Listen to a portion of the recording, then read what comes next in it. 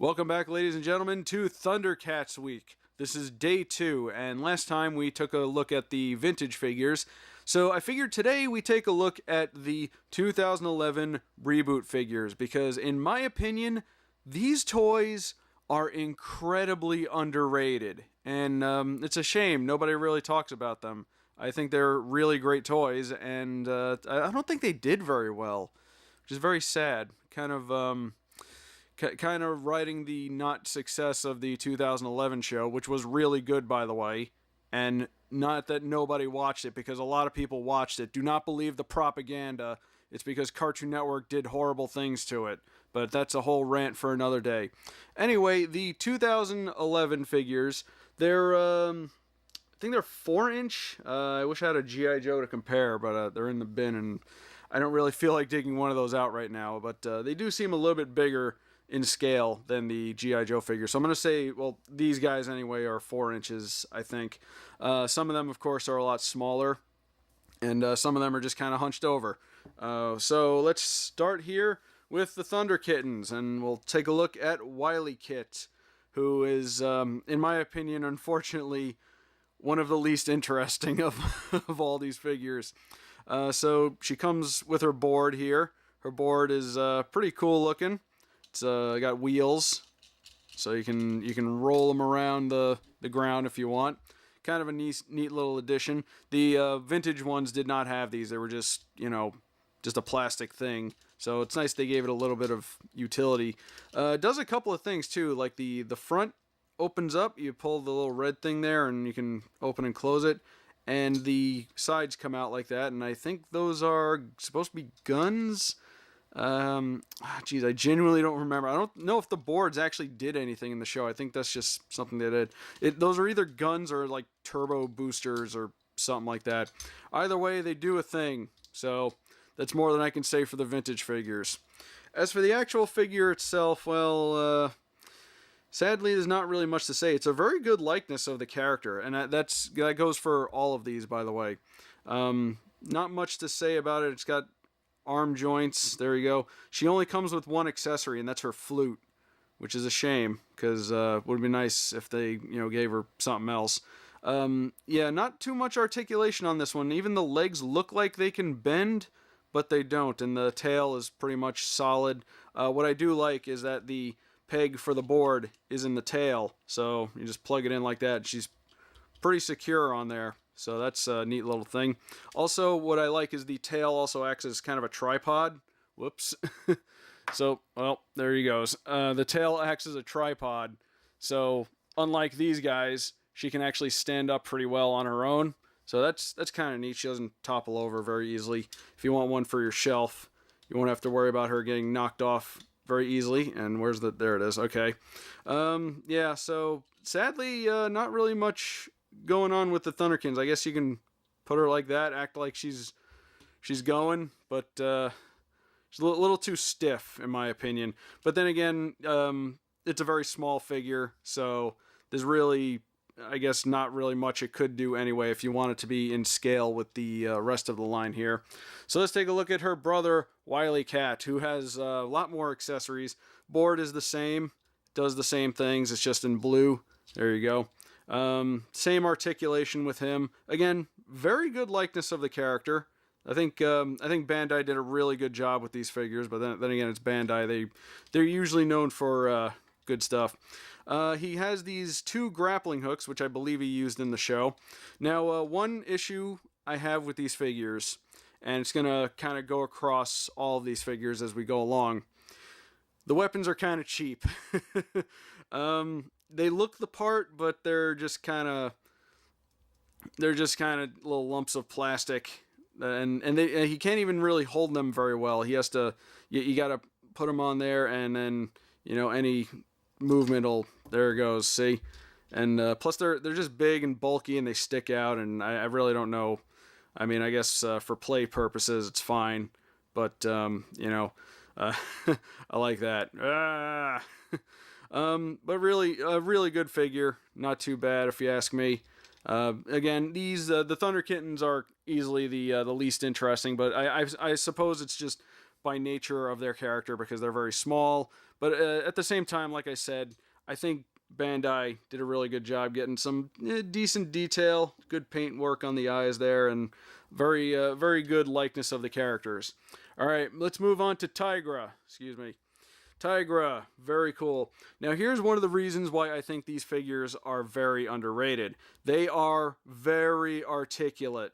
Look at that. They got a shoulder joint. You got a elbow joint there, wrist joint. You can move the shoulder around all kinds of places. Head moves. No hip joint, unfortunately. But got a ball joint in the legs. Got a knee joint. Got a hip, not hip, but you can move the shin around like that. Very nice. These are very, very good posable figures. So, and you can see there, not as good of a likeness as the Thunder Kittens, but I think they did a really good job. They all have this on the back of them, and I don't remember what that's for. I think there was like there was some kind of like little accessory thing where I think you can like hook them up to it, and something happened. I genuinely don't remember. It's got a screw on it. I wonder if there's like a battery in there I need to worry about. And I think it had something to do with a magnet or something like that. You know what? We will save that for a future video. No spoilers. So his accessories, he comes with his whip, which is just this, it's like a piece of silicone, nice and flexible. Again, it's just like one color. So again, they kind of cheaped out on the accessories there. He's got his pistol. There it is right there. And he's got a little holster for it, or you can put it in his hand. And there you go. He can dual wield. There you go. Whip in one hand, blaster in the other. Very nice. I like that. Usually I try to keep it in his thing. There we go. Because I think it looks good, you know, on his side like that. Although the belt does mess around a little bit. Again, I wish the whip was better, but I suppose it works fine for the character. So we'll let that slide. So there he goes again. Always having trouble keeping his balance. Maybe he's under the, what was that one episode where he got he got like drugged or something and he was all acting all crazy. That was one of the best episodes of the series, in my opinion. All right, let's take a look at Liono here, Lord of the Thundercats. I absolutely loved the redesigns. They were really good. The face a little bit small, in my opinion, compared to the head. Or something's up with it. It's not a perfect look of the character, but it's close enough, I think. It comes with a claw shield and a small sword of omens. And you can actually put it in there. You can stick it in there, and he can wear it on his wrist. So, there, and he can wear it on his wrist. Well, he had it on. You've seen what it looks like. Let me see here. Did I spin his arm around? There we go. Okay, hold on. I can do this. I just had it. It's having a little trouble getting it back on. I don't know what it is. Okay, there we go. Close enough. That's going to fall off, though. I think maybe we'll try it without the sword. It looks a little bit better without the sword, I think. But yeah, I guess they could have maybe tightened this up a little bit, in my opinion.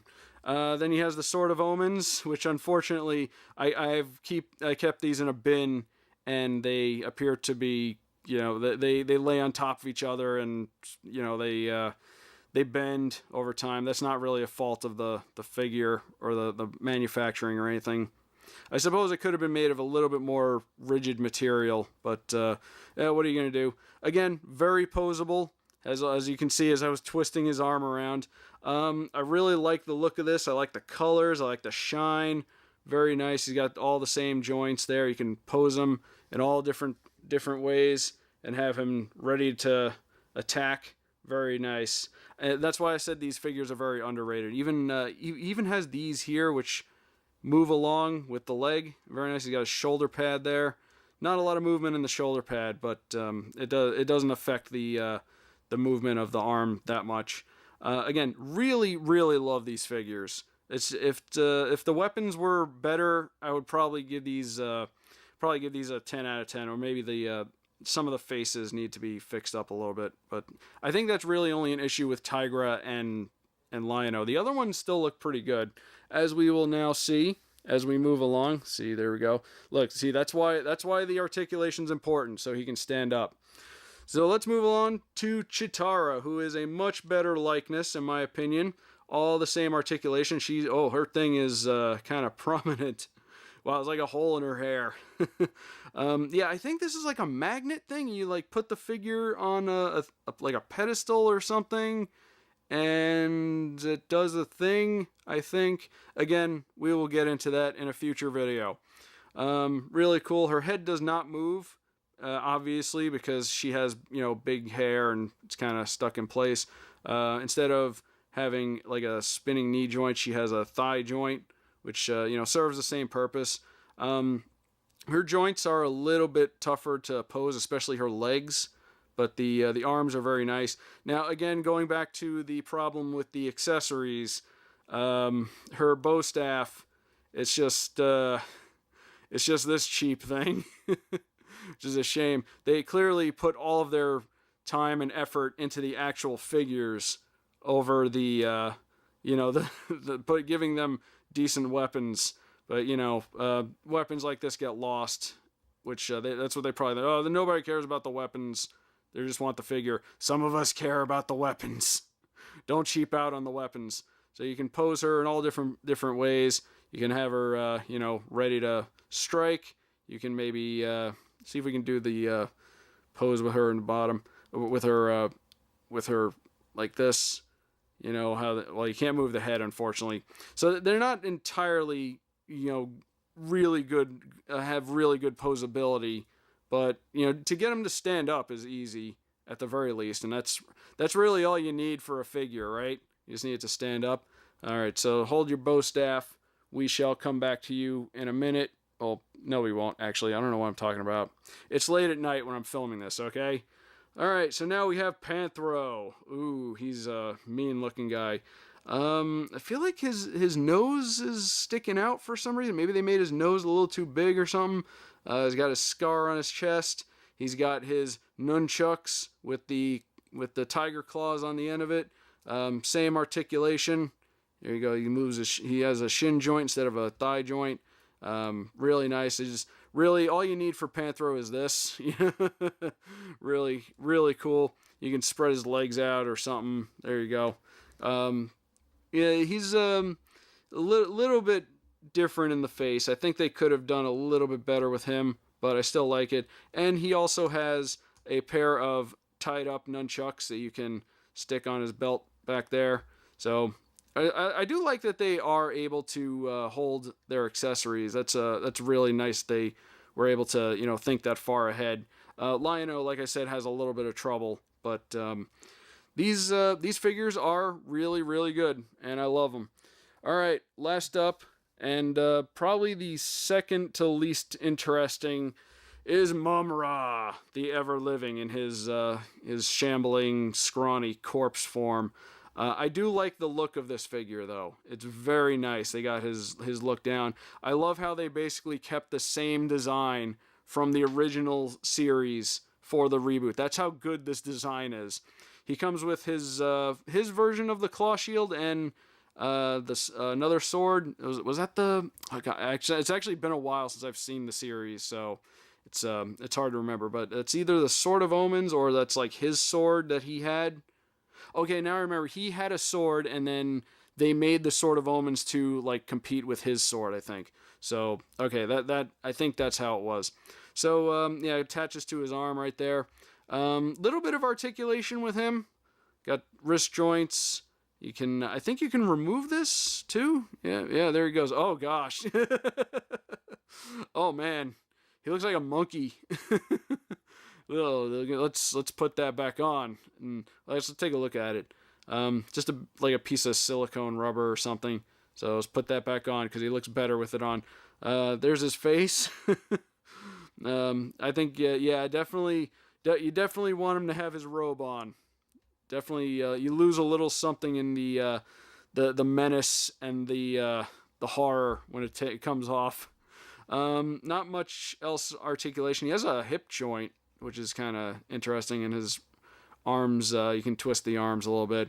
But other than that, Not much else, but you don't really need much else, so I'll let that go. He looks good. That's all that matters. And he can actually hold his version of the claw shield. So there you go. So just as a little extra thing, I thought I'd show this off. This is a poster advertising the 2011 Thundercats toy release.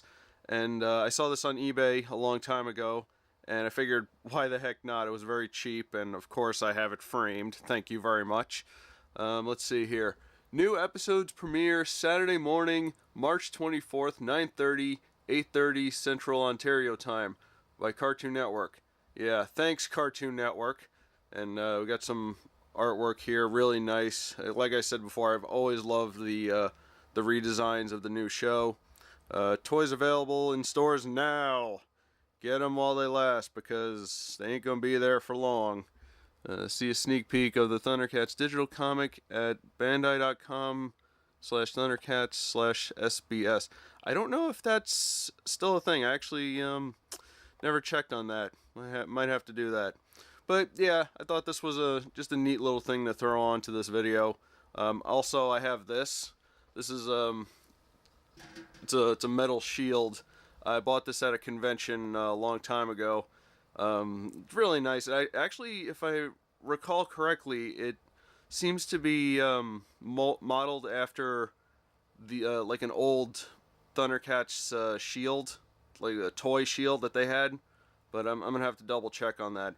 But yeah, these are just a couple extra things I thought I'd throw on this video because it's probably going to be a very short one. And there we have it. That is the 2011 Thundercats figures.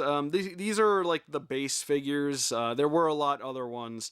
I think this was like the first wave or the first release or something like that, because like I said, there are other figures, and we will look at those in an upcoming video, but not the next video, because in the next video, we're going to be looking at the deluxe action figures, the big, more posable figures that came out as a part of this line. So be sure to check for that tomorrow. If you like this video, be sure to like, comment, and subscribe. Check out some of the other videos, and I will see you guys later.